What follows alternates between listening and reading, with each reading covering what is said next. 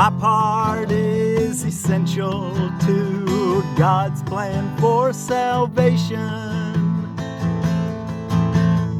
My part is essential to God's plan for salvation.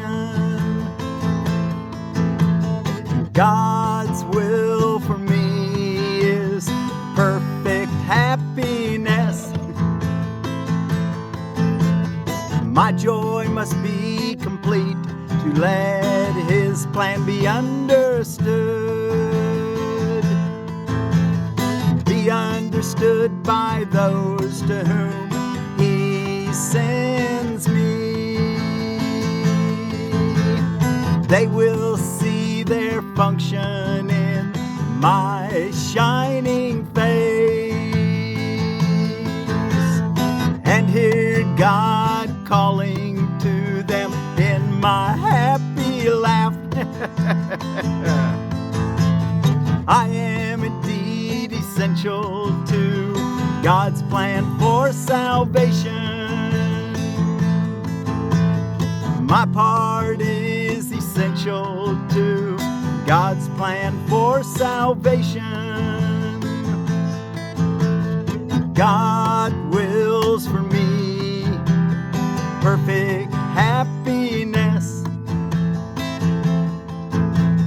My part is essential to God's plan for salvation.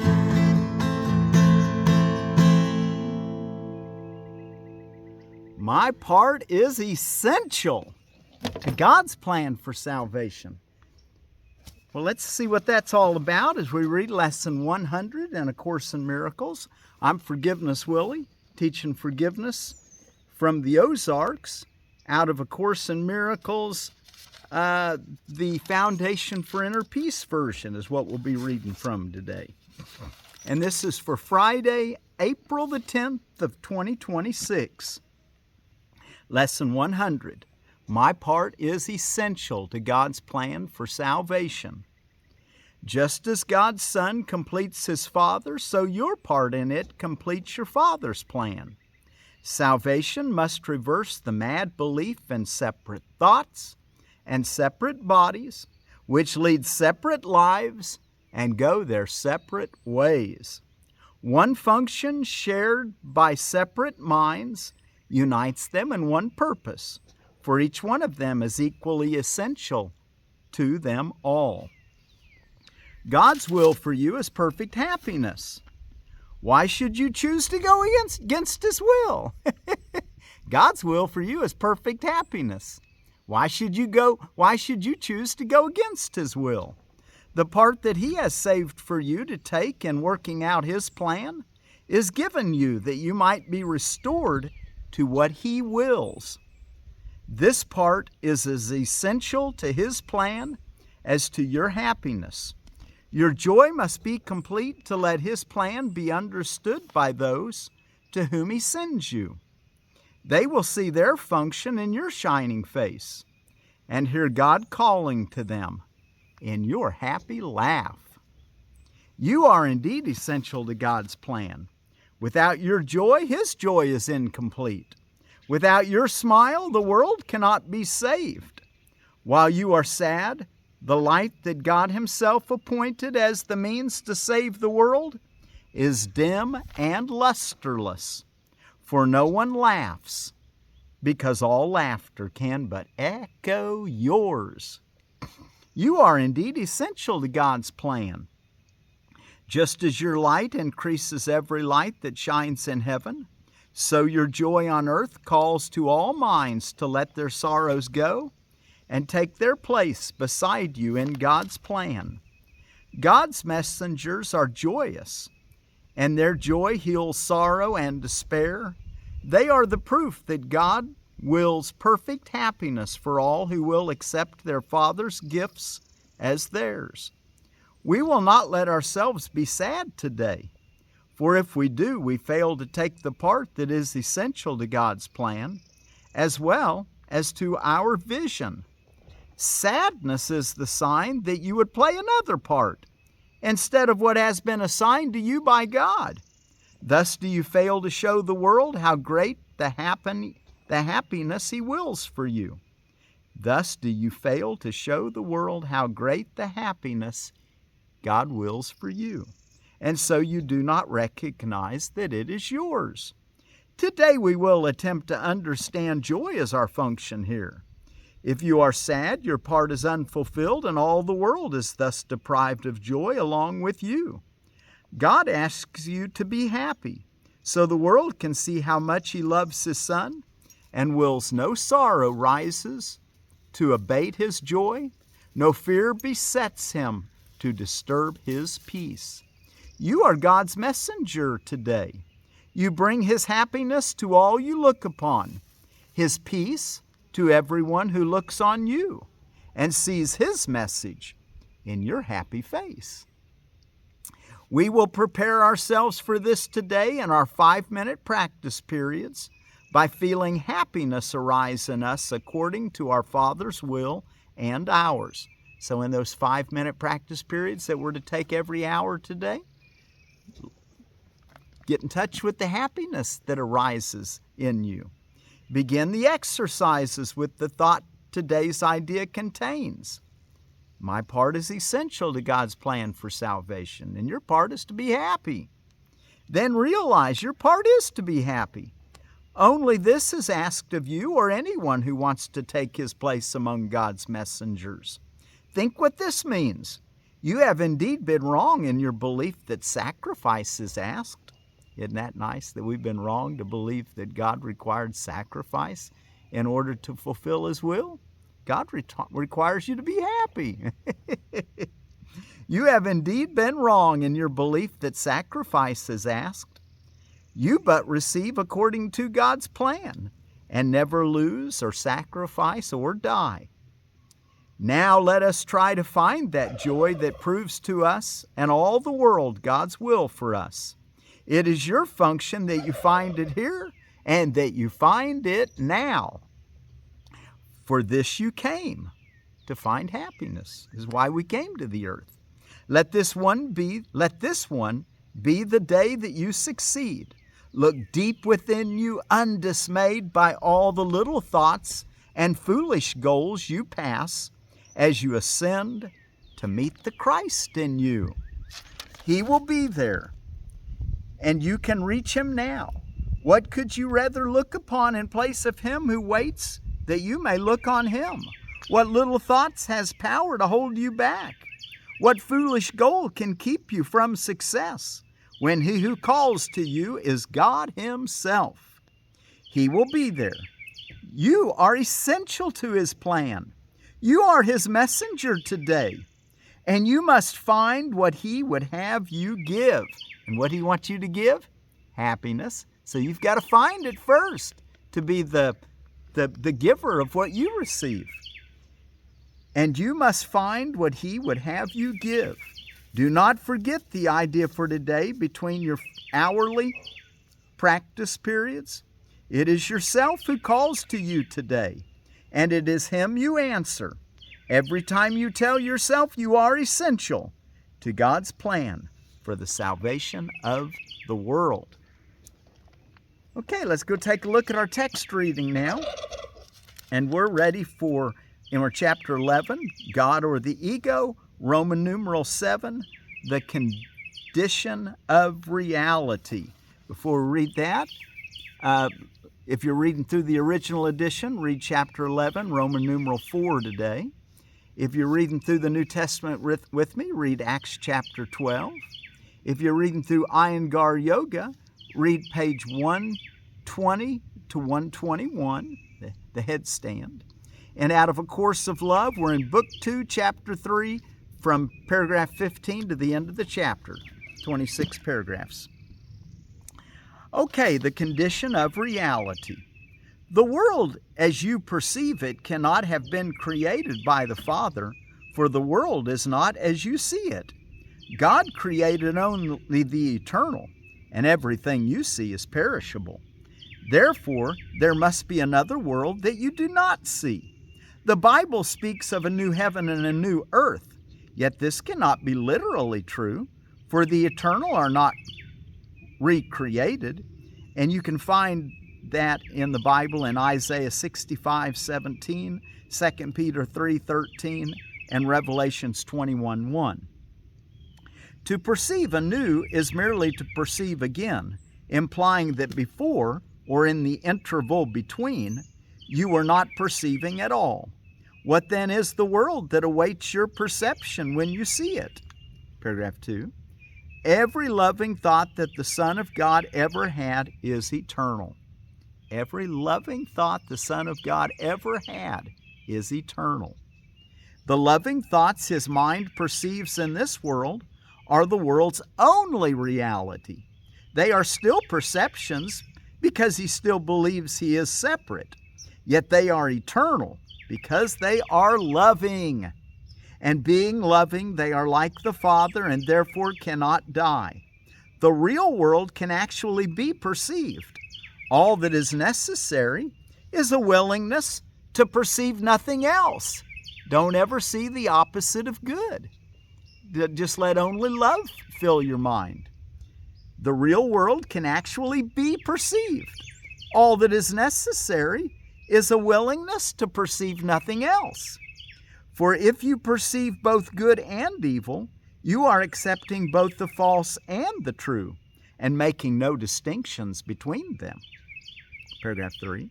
The ego may see some good, but never only good. That is why its perceptions are so variable. It does not reject goodness entirely, for that you could not accept. But it always adds something that is not real to the real, thus confusing illusion and reality. For perception cannot be partly true. If you believe in truth and illusion, you cannot tell which is true. To establish your personal autonomy, you tried to create unlike your Father, believing that what you made is capable of being unlike God. Yet everything true is like God. Perceiving only the real world will lead you to the real heaven, because it will make you capable of understanding it. And the last paragraph of this section, we're going to read a little in the next section too. Paragraph 4, the perception of goodness is not knowledge, but the denial of the opposite of goodness enables you to recognize a condition in which opposites do not exist. Let's read that one again. The perception of goodness is not knowledge, but the denial of the opposite of goodness enables you to recognize a condition in which opposites do not exist. And this is the condition of knowledge. Without this awareness, you have not met its conditions, and until you do, you will not know it is yours already. You have made many ideas that you have placed between yourself and your Creator, and these beliefs are the world as you perceive it. Truth is not absent here, but it is obscure. You do not know the difference between what you have made and what God created, and so you do not know the difference between what you have made and what you have created. To believe that you can perceive the real world is to believe that you can know yourself. You can know God because it is His will to be known. The real world is all that the Holy Spirit has saved for you out of what you have made, and to perceive only this is salvation, because it is the recognition that reality is only what is true. And of course, what's true is that God's will for you is perfect happiness. And your part is essential to God's plan for salvation. Just a little reminder of what our lesson is that we're supposed to be thinking about throughout the day. And between our hourly remembrances, we're supposed to even keep it nurtured in our minds. Okay, the next section, the problem and the answer, Roman numeral 8. This is a very simple course. Perhaps you do not feel you need a course which in the end teaches that only reality is true. But do you believe it?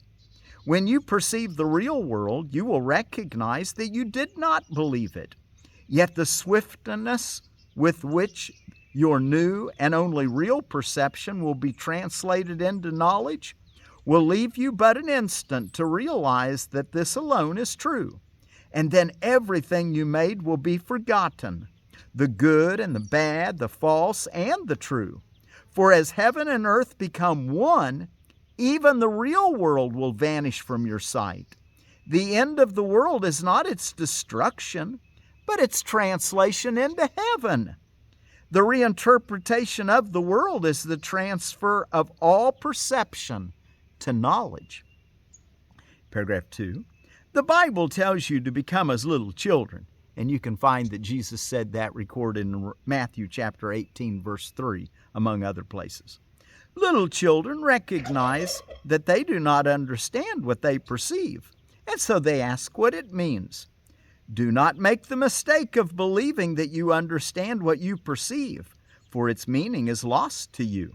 Yet the Holy Spirit has saved its meaning for you, and if you will let Him interpret it, He will restore to you what you have thrown away.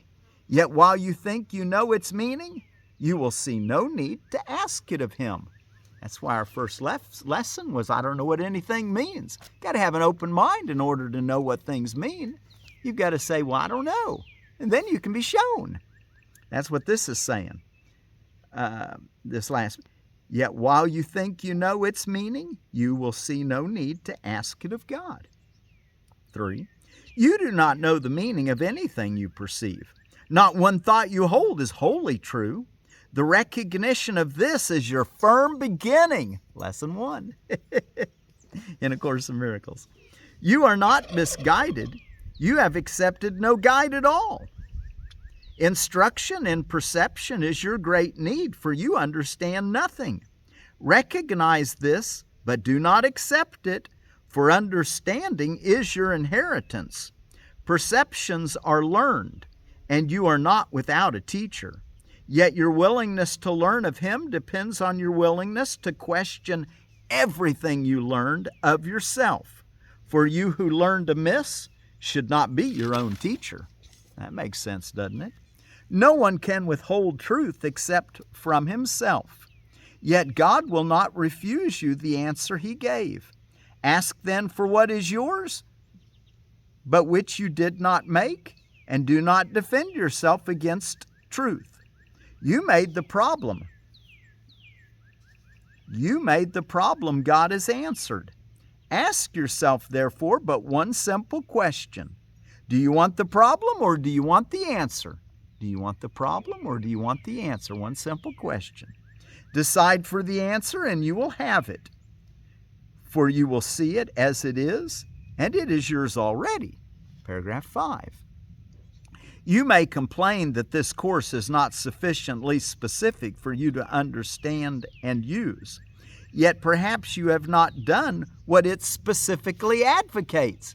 Have you gone through all the lessons, one a day, and done what it said? That's required in order to understand. This is not a course in the play of ideas, but in their practical application. Nothing could be more specific than to be told that if you ask, you will receive. The Holy Spirit will answer every specific problem as long as you believe the problems are specific. His answer is both many and one, as long as you believe that the many is one. You may be afraid of His specificity for fear of what you think it will demand of you.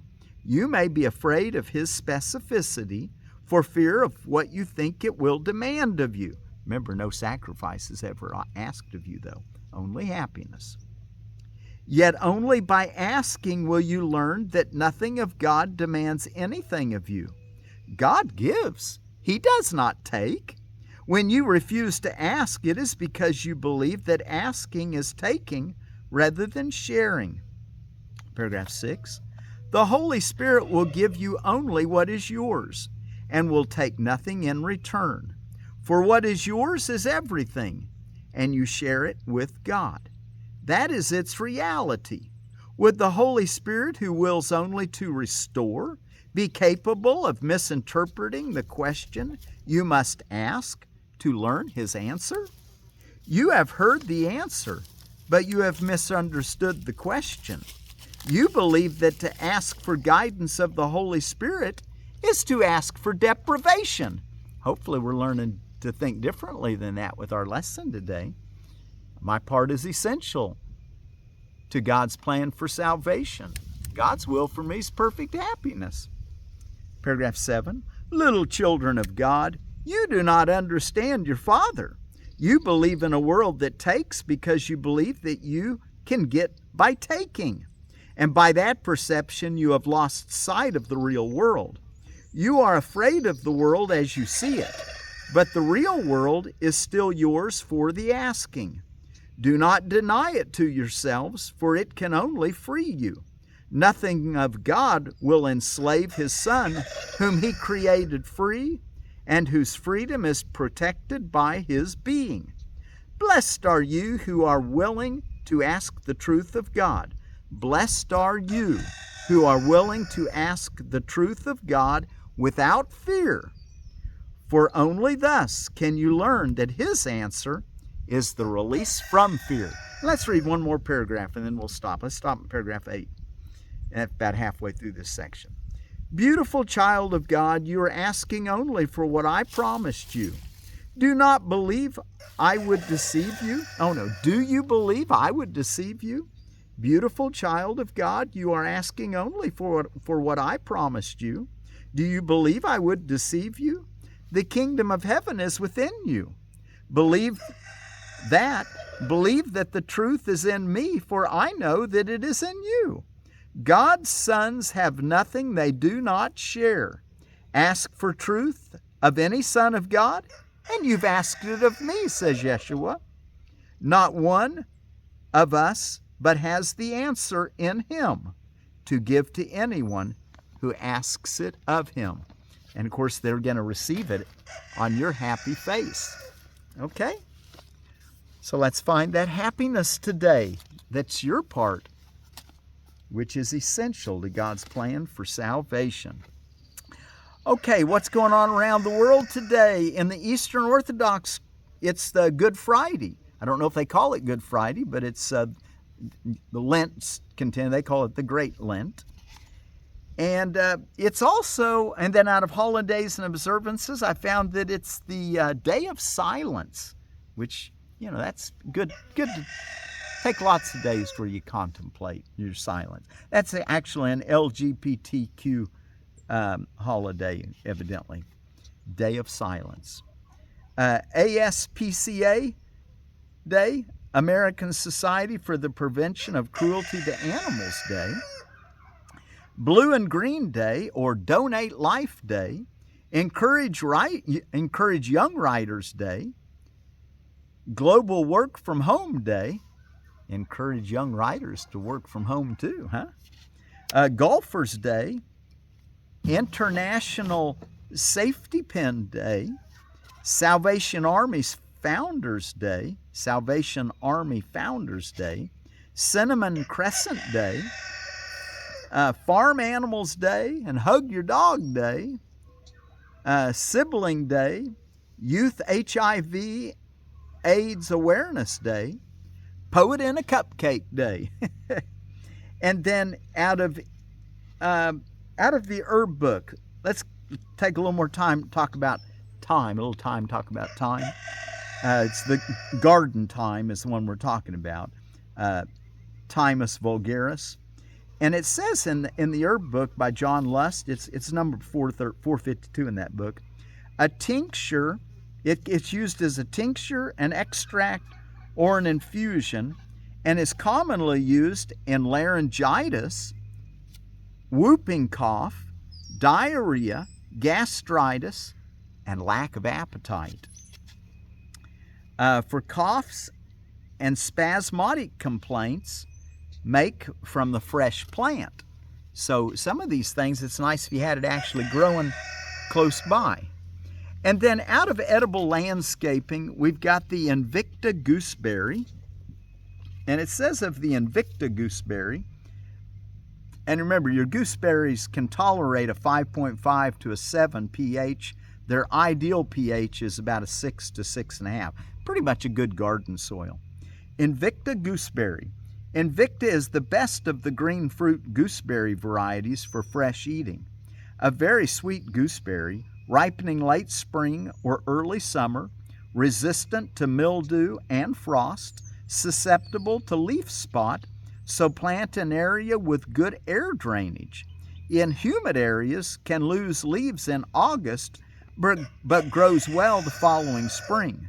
Zones 4 through 7. You know, and also that happens with trees too. If you get a drought, they may not do so well. A tree and lose all their leaves even in August if it's a drought.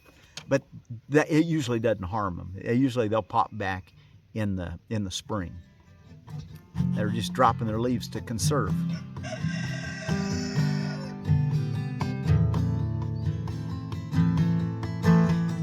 My part is essential to God's plan for salvation. My part is essential to God's plan for salvation. God's will for me is perfect happiness. God's will for you is perfect happiness. And your part is essential to God's plan for salvation. God's will for me is perfect happiness. My joy must be complete to let His plan be understood. Be understood by those to whom He sends me. They will see their function in my shining face and hear God calling to them in my happy laugh.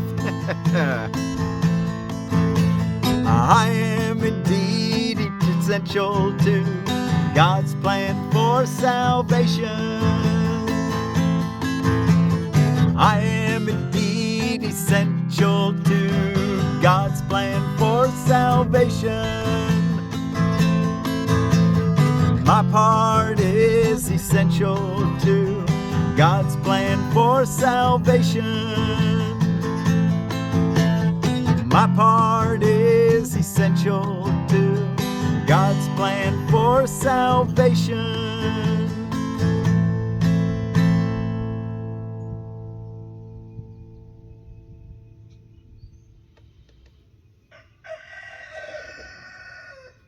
My part is essential to God's plan for salvation, and my part is to be happy. Follow your peace. Let that be your guide.